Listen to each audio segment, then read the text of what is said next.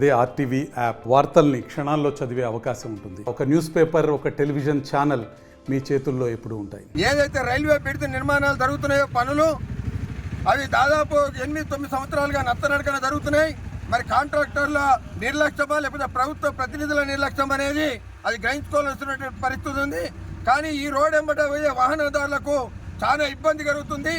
ఏదైతే ఈ వర్షాకాలంలో బొందలనేటివి అయ్యి ఎన్నిసార్లు మీద మరమ్మతులు చేసినా అవి నీళ్లతోని బొందలయ్యి ఏదైతే హాస్పిటల్ నుంచి వచ్చి ఆపరేషన్ చేసుకొని వచ్చే వాళ్ళు కూడా కనీసం ఈ రోడ్ వెంబట రావడానికి ఎంతో భయానకంగా ఉంది. కాబట్టి తెలుగుదేశం పార్టీ వాళ్ళని మేమందరం చూసి మాకు గతంలో శ్రమదానం అనే కార్యక్రమం చేసినాం. కాబట్టి ప్రయాణికానికి ఇబ్బంది జరగకుండా ఈరోజు కార్యకర్తల మందరం కూడా శ్రమదానం చేసి ఈ పూడికలు అనేటి పూడ్పడం జరుగుతుంది.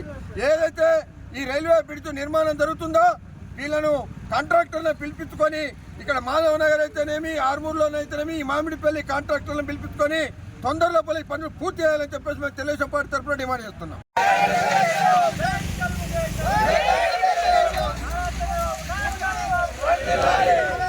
మరిన్ని వీడియోస్ కోసం ఛానల్ ని సబ్స్క్రైబ్ చేయండి. లేటెస్ట్ అప్డేట్స్ కోసం వాట్సాప్ ఛానల్ ని ఫాలో చేయండి. అండ్ లింక్ డిస్క్రిప్షన్ లో ఉంది.